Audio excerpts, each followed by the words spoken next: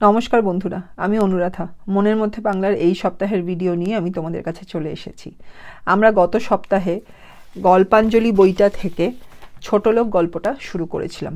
বনফুলের লেখা একটি অসাধারণ ভালো গল্প, কিন্তু আমরা গত সপ্তাহে গল্পটা খালি শুরু করেছিলাম সামান্যভাবে। মানে আমরা লেখকের পরিচিতি আলোচনা করেছিলাম এবং গল্পটার একটা সারসংক্ষেপ বা সামারি আমরা জানতে পেরেছিলাম, এবং গল্পটার প্রথম প্যারাগ্রাফটা আমরা পড়েছিলাম। আর এই সপ্তাহে গল্পটা আমরা আরও এগিয়ে নিয়ে যাব। আমরা দেখব এর পরে গল্পে কি হলো। তোমাদের নিশ্চয়ই মনে আছে, গল্পের মধ্যে প্রথম চরিত্র রাঘব সরকার। তিনি একজন প্রচণ্ড ডিগনিফাইড ভদ্রলোক, প্রবল আত্মসম্মান জ্ঞান, এবং আমরা দেখেছি তিনি গরমের মধ্যে দুপুরে প্রচণ্ড রোদ, তার মধ্যে উনি পায়ে হেঁটে খুব তাড়াতাড়ি এগিয়ে চলেছেন। গায়ে ওনার খদ্দরের জামা, মানে সুতির মোটা কাপড়ের জামা, মাথায় ছাতা নেই, পায়ে জুতো, কিন্তু সেই জুতোতে এত কাঁটা বা পাথর আটকে আছে যে পায়ের অবস্থা খুবই খারাপ। কিন্তু ওনার এইসবে কোনো কিছুতেই ভ্রুক্ষেপ নেই বা উনি কোনো কিছুকেই পাত্তা দিচ্ছেন না। উনি রোদ, শারীরিক সব রকম কষ্ট উপেক্ষা করে, ইগনোর করে সোজা এগিয়ে চলেছেন ভীষণ তাড়াতাড়ি, যেন খুব তাড়াতাড়ি ওনাকে পথটা পেরিয়ে যেতে হবে। এরপর থেকে আমরা আজকে পড়ব পরের প্যারাগ্রাফ। সুনির্দিষ্ট নীতি অনুসরণকারী অনমনীয় চরিত্র রাঘব সরকার চিরকালই উন্নত মস্তক। তিনি কখনো কাহারও অনুগ্রহের প্রত্যাশী নহেন, কাহারও স্কন্ধারূঢ় হইয়া থাকেন না। যথাসাধ্য সকলের উপকার করেন, পারতপক্ষে কাহারও দ্বারা উপকৃত হন না। স্বকীয় মস্তক সর্বদা উন্নত রাখাই তাহার জীবনের সাধনা।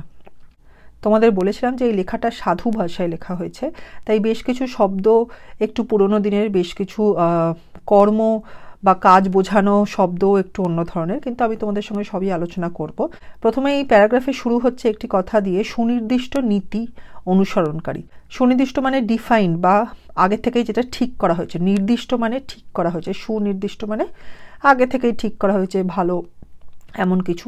নীতি মানে নিয়ম বা মরাল ভ্যালুজ বা নীতি, বা যেই ভ্যালুজ বা যেই আদর্শ বা যেই সব নিয়ম মেনে আমরা জীবনে চলি, সেই রকম নীতি অনুসরণকারী। অনুসরণ করা মানে হচ্ছে ফলো করা, অনুসরণকারী মানে হচ্ছে যিনি ফলো করেন। তো সেই ভদ্রলোক মানে রাঘব সরকার এরকম বেশ কিছু আগে থেকেই ঠিক করা নীতি বা নিয়ম মেনে চলেন। অনমনীয় চরিত্র। অনমনীয় মানে যাকে যার মাথা নিচু হয় না বা যিনি সহজে মাথা নত করেন না, সে তো সেই রকম একজন চরিত্র রাঘব সরকার। তিনি চিরকালই উন্নত মস্তক। উন্নত মানে ডেভেলপড, আগের সপ্তাহে বলেছিলাম, কিন্তু এখানে উন্নত মানে উঁচু করে ধরা, মস্তক মানে মাথা। তো সবসময় ওনার মাথা উঁচু, উনি কারোর কাছে মাথা নিচু করেন না, বেশ কিছু নিয়ম উনি মেনে চলেন সবসময়। তিনি কখনো কাহারও অনুগ্রহের প্রত্যাশী নহেন। তিনি কারোর কাছ থেকে কোনো রকম সাহায্য বা অনুগ্রহ প্রত্যাশা বা আশা করেন না।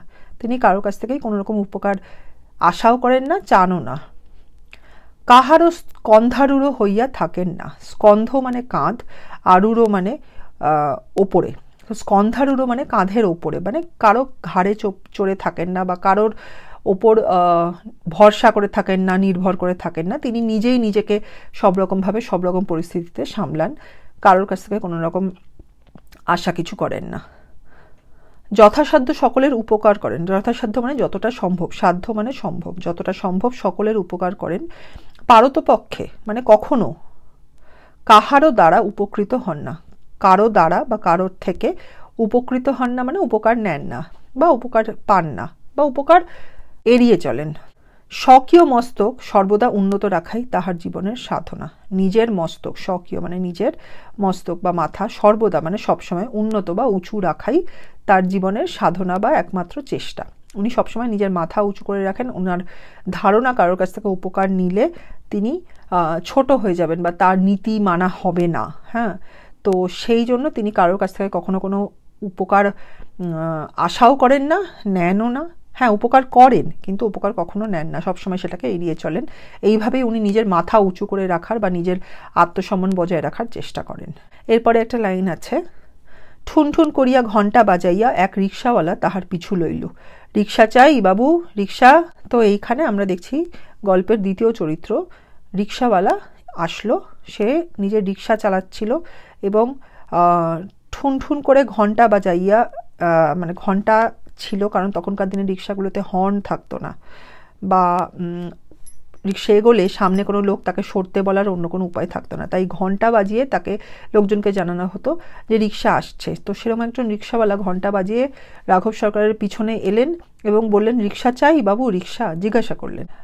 আমি তোমাদের বোঝার সুবিধার জন্য ইন্টারনেট থেকে একটা হাতে টানা রিক্সার ছবি বার করেছি। এই দেখো, তোমাদের বলেছিলাম যে এরকম একটা পিছনে দুটো চাকা থাকে আর সামনে একটা কাঠের হ্যান্ডেল বা এরকম চৌকো মতো একটা জিনিস থাকে। রিক্সাওয়ালা এই জিনিসটাকে তুলে ধরে, তারপর নিজের হাতে টেনে টেনে নিয়ে যায়। যখন নামানোর হয় তখন সে হাতটাকে নিচু করে, লাঠিটা বা এই কাঠের চৌকো জিনিসটা নিচের দিকে নেমে আসে এবং যারা এই সিটে বসে আছেন, এখানে দুজন বসতে পারেন, এই সিট থেকে তারা নেমে পড়েন। এই পিছনে এটা তো রিক্সার ঢাকনা, সেটা তো এখনও আছে, কিন্তু সামনে দেখতে পাচ্ছ কোনো চাকা নেই। তো এইভাবে তখনকার দিনে রিক্সাগুলো চলতো এবং সাধারণত ওদের হাতে এইখানে একটা থাকতো ঘন্টা ঝুলানো। সেই ঘন্টা ঝুলেই ওরা অন্যান্যদের যারা সামনে আসে তাদের জানাতো যে ভাই সরে যাও, আমরা আসছি, একটা রিক্সা আসছে, রাস্তা ছাড়ো। বা কাউকে যদি ডাকতে হতো তখনও সেই ঘন্টা বাজিয়ে তারা লোককে ডাকতো, ঠিক যেভাবে এই রিক্সাওয়ালাটা রাঘব সরকারকে ডাকলো। তো এর পরের প্যারাগ্রাফটা আমরা পড়ি। রাঘব সরকার ঘাড় ফিরাইয়া দেখিলেন, অস্থি চর্মসার লোকটা তাহার দিকে লোলুপ দৃষ্টিতে চাহিয়া আছে। যাহারা নিতান্ত অমানুষ, তাহারাই মানুষের কাঁধে চড়িয়া যায়, ইহাই রাঘবের ধারণা। তিনি জীবনে কখনো পালকি অথবা রিক্সা চড়েন নাই, চড়া অন্যায় মনে করেন। খদ্দরি আস্তিন দিয়া কপালের ঘামটা মুছিয়া বলিলেন, না, চাই না। তো পরের প্যারাগ্রাফে কি দেখছি, রাঘব সরকার সেই রিক্সাওয়ালার আওয়াজ শুনে ঘাড় ঘুরিয়ে রিক্সাওয়ালাটাকে দেখলো। কিরম দেখলো? অস্থি চর্মসার। অস্থি চর্মসার মানে ভীষণ হাড় জিরজিরে একটা লোক, মানে ভীষণ রোগা লোক। স্বাভাবিক সে সমাজের যেই শ্রেণীতে বাস করে বা যেই শ্রেণীর লোক, সেখানে খুব প্রাচুর্য বা খুব বড়লোকি করে জীবনযাপন করা, অনেক কিছু খাওয়া দাওয়া, খুব ভালো শরীর বজায় রাখা, সেটা বোধহয় সম্ভব নয়। হাড় জিরজিরা মানে যার পুরো কঙ্কালটা প্রায় বার হয়ে এসছে, মানে চর্ম মানে হচ্ছে চামড়া, অস্থি বোধহয় হাড়। তো অস্থি চর্মসার মানে যে লোক ভীষণই রোগা, মানে তার প্রায় কঙ্কালের হাড়গুলো গোনা যাচ্ছে এরকম আর কি। মানে মাংস খুব কম, কারণ তার খাওয়া দাওয়া খুবই কম হয়, সামান্য রোজগার, সেইভাবে সে জীবন যাপন করে যেভাবে, সেই জন্য রোগা হওয়াটা অস্বাভাবিক নয়। তো অস্থি চর্মসার লোকটা তাহার দিকে, মানে রাঘব সরকারের দিকে লোলুপ দৃষ্টিতে চাহিয়া আছে। চাহিয়া মানে তাকিয়ে থাকা, লোলুপ মানে লোভী, দৃষ্টি মানে চোখে। তো লোভী দৃষ্টিতে চেয়ে আছে রাঘব সরকারের দিকে। যদি রাঘব সরকার রাজি হয়ে যান রিক্সায় চড়তে, তাহলে ওর কিছু রোজগার হয়। এই গরমে প্রচণ্ড রোদ, যেখানে রাঘব সরকার, আমরা গল্পের শুরুতেই দেখছি প্রচণ্ড রোদে রাঘব সরকার খুব কষ্ট করে হাঁটছেন, কিন্তু উনি অন্য কোনো দিকে নজর দিচ্ছেন না, কিন্তু ঘামছেন বা কষ্ট পাচ্ছেন সেটা তো নিশ্চয়ই, কারণ দুপুরবেলার রোদ খুবই প্রবল হয়, খুবই বাড়াবাড়ি হয়। তার মধ্যেও সে রিক্সাওয়ালা মানে জীবনযাপনের তাগিদে, রোজগারের তাগিদে সে ছুটে চলছে এবং প্যাসেঞ্জার বা লোক, নিজের যাত্রী নেওয়ার চেষ্টা করে যাচ্ছে। সেই জন্য সে খুব লোভী দৃষ্টিতে তাকিয়েছে, যদি রাঘব সরকার রাজি হয়ে যায় তাহলে তার একটু লাভ হবে। এরপরে কি বলছে? যাহারা নিতান্ত অমানুষ, তাহারাই মানুষের কাঁধে চড়িয়া যায়, ইহাই রাঘবের ধারণা। তো রাঘব সরকার কি ভাবতেন? যেই মানুষজন ভীষণই রূঢ় বা ভীষণই অন্যর ব্যাপারে চিন্তা করে না বা ভালো ভাবে না, ভালো চায় না, তারাই এরকম মানুষের কাঁধে চড়ে যায়, মানে কোনোভাবে মানুষের ওপর নিজেদের বয়ে নিয়ে যাওয়ার চেষ্টা করে, সে রিক্সাই হোক বা অন্য কিছুই হোক। হ্যাঁ, তো সেই সব মানুষ যারা এই ধরনের কষ্ট পাওয়া লোকের কাঁধে চড়ে যাওয়ার চেষ্টা করে, নিজের পা থাকা সত্ত্বেও তারা হাঁটে না, তাদের উনি অমানুষ মনে করেন রাঘব। তিনি জীবনে কখনো পালকি অথবা রিক্সা চড়েন নাই, চড়া অন্যায় মনে করেন। তো যারাই এই ধরনের রিক্সা চড়ে, পালকি চড়ে, বা পাহাড়ে অনেক সময় শুনেছি যে উঁচু, যখন খুব খাড়াই পথ, সেখানে যারা বুড়ো বয়স্ক মানুষ তারা চড়তে পারছে না, তখন তাদের জন্য এক রকমের চেয়ার ব্যবস্থা হয়। সেই চেয়ারটা 2 কি 4 লোক বয়ে, বড় বড় চেয়ার, সেগুলো বয়ে নিয়ে যায়। তো সেই ধরনের যে কোনো যানবাহন বা ভেহিকল, সেই সব রাঘব কখনোই চড়েন না। তিনি এটাকে চড়া অন্যায় মনে করেন। তিনি মনে করেন এই সব লোকগুলোর কাঁধে যারা চড়ে বা এইভাবে যারা যাতায়াত করে তারা অমানুষ। খদ্দরি আস্তিন দিয়া কপালের ঘামটা মুছিয়া বলিলেন, না, চাই না। খদ্দরি মানে যে কাপড়টা উনি পরেছিলেন, বা সুতির কাপড়, যেটা শুরুতেই বলা হয়েছে, ওনার পরনের কাপড়ের একটা ডেসক্রিপশন দেওয়া হয়েছিল, এবং আস্তিন মানে স্লিভস, এই যে এটাকে স্লিভস বলা হয়, হাতের কাপড়টাকে, আস্তিন। তো সেই দিয়ে কপালের ঘামটা মুছে বললেন না চাই না। তো ওনার যা নীতি, উনি কখনোই কারোর কাঁধে চড়ে কোথাও যাবেন না, সেই হিসাবে উনি বললেন না চাই না। এবার এরপরে কি হলো, রিক্সাওয়ালা কি চলে গেল? রাঘব সরকার কি রিক্সাওয়ালার কথা অবশেষে শুনলেন, নাকি অন্য কিছু হলো? এটা আমরা আগামী সপ্তাহে জানতে পারবো। আমি ইংলিশটা এখন শুরু করি। Hello everyone, I hope you all are doing good. Today I am back with the book Golpanjali from my school, if you remember, continuing with the story Chhotolok by author Bonophool. If you remember, this is a story about the sense of self-esteem in the so-called Chhotolok, or people from the lower strata of the society.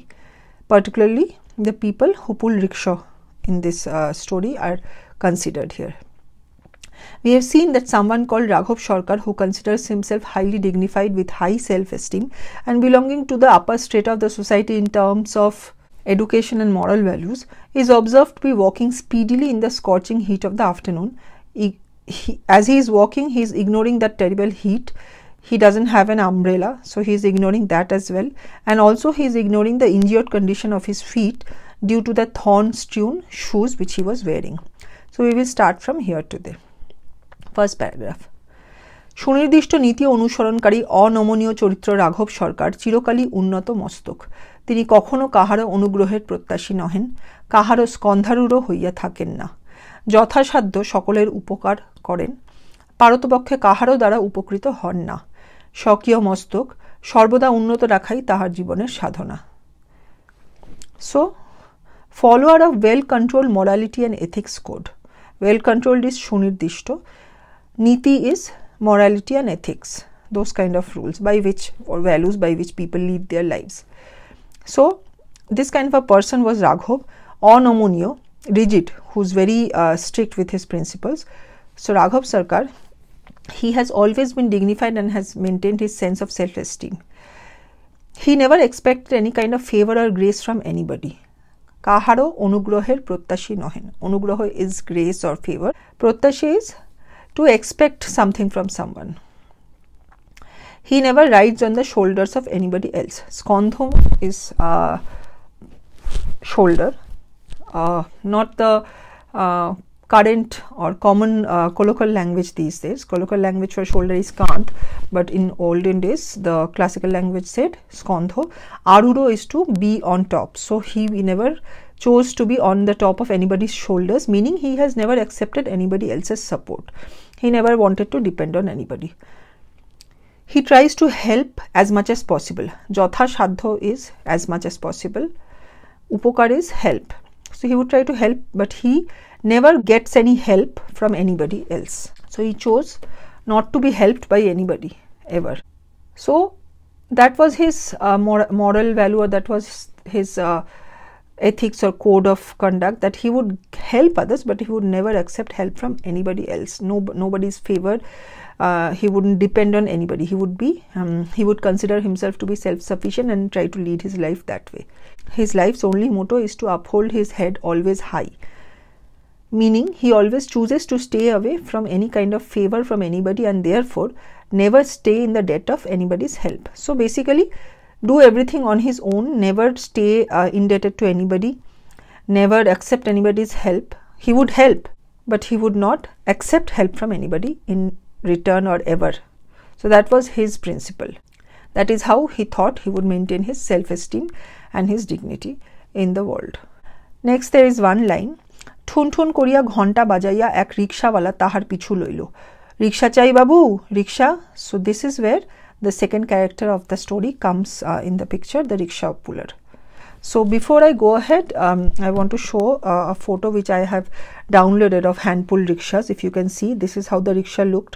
Two wheels at the back and a wooden rectangular thing in the front, which the rickshaw puller would pick up from the ground and pull as the passengers were seated here. This was the means of transport, or this was the style of the rickshaws in those days.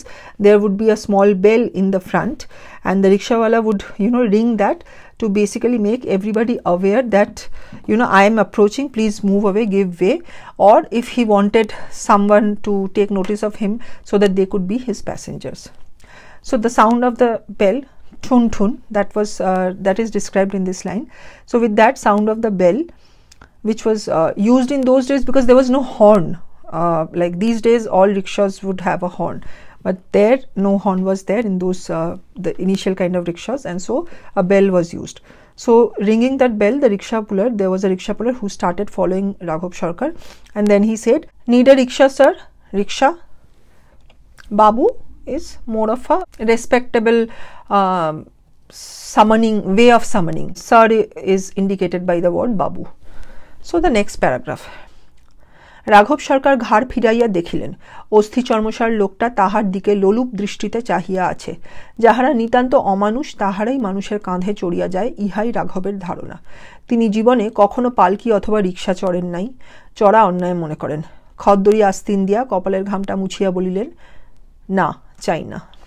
So Raghav Sarkar, he turned his head to glance at the man. Ghar is neck, but here it means head. So basically he turned to look at the man. Osthi Chormoshar Lokta. Lok is man. Osthi Chormoshar is someone who was very skinny, almost like a skeleton, and which is expected because he belonged to that state of the society where food or luxury was not very available. So he must be barely, surviving that kind of a thing. So that kind of a life. So maybe his food intake wasn't adequate. As a result, he didn't have too much of flesh or meat in his body. So he was very skinny. You could almost count his ribs, basically. That's what is meant by this word, Osthi Chormoshar. So that person, he was looking at Raghav Sarkar with a very greedy vision or greedy sight. Why greedy? The word lolup means greedy. Why greedy? And drishti is sight.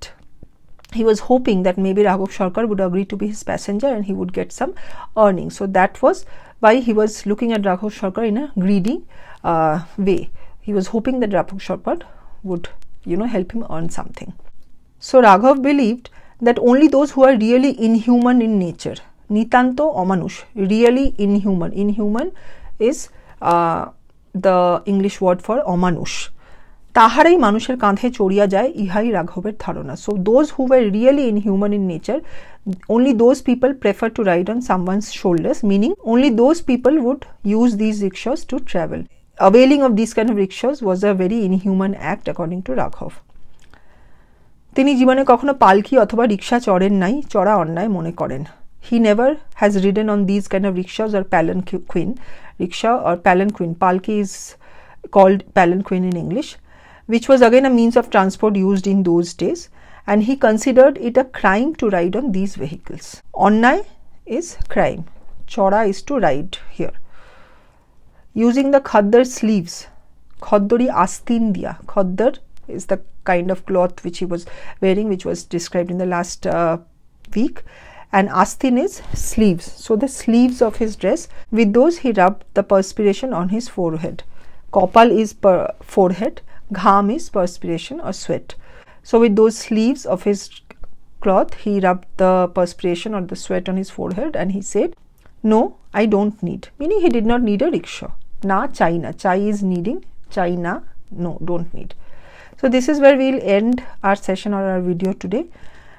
We need to wait for the next week to know whether the interaction between Raghav Sarkar and the rickshaw puller ends here, or does it continue? If yes, how does it continue? What happens? What's the next part of the story? As I've said earlier also, this week also I've used this book, Samsat Students in Bengali to English Dictionary, for the English part today. And at the end, as I always say, like, share, subscribe, comment. Keep Bangla in your hearts, and I will see you all next week with the next part of the story. Take care. তাহলে এখানে শেষ করি। সবাই খুব ভালো থেকো। আগামী সপ্তাহে গল্পের পরবর্তী ভাগ নিয়ে আমি তোমাদের কাছে আসবো। লাইক, শেয়ার, সাবস্ক্রাইব, কমেন্ট এগুলো নিশ্চয়ই করো। মনের মধ্যে বাংলাকে সবসময় রেখো। আর সবাই ভালো থেকো, সাবধানে থেকো। আগামী সপ্তাহে দেখা হবে। টাটা।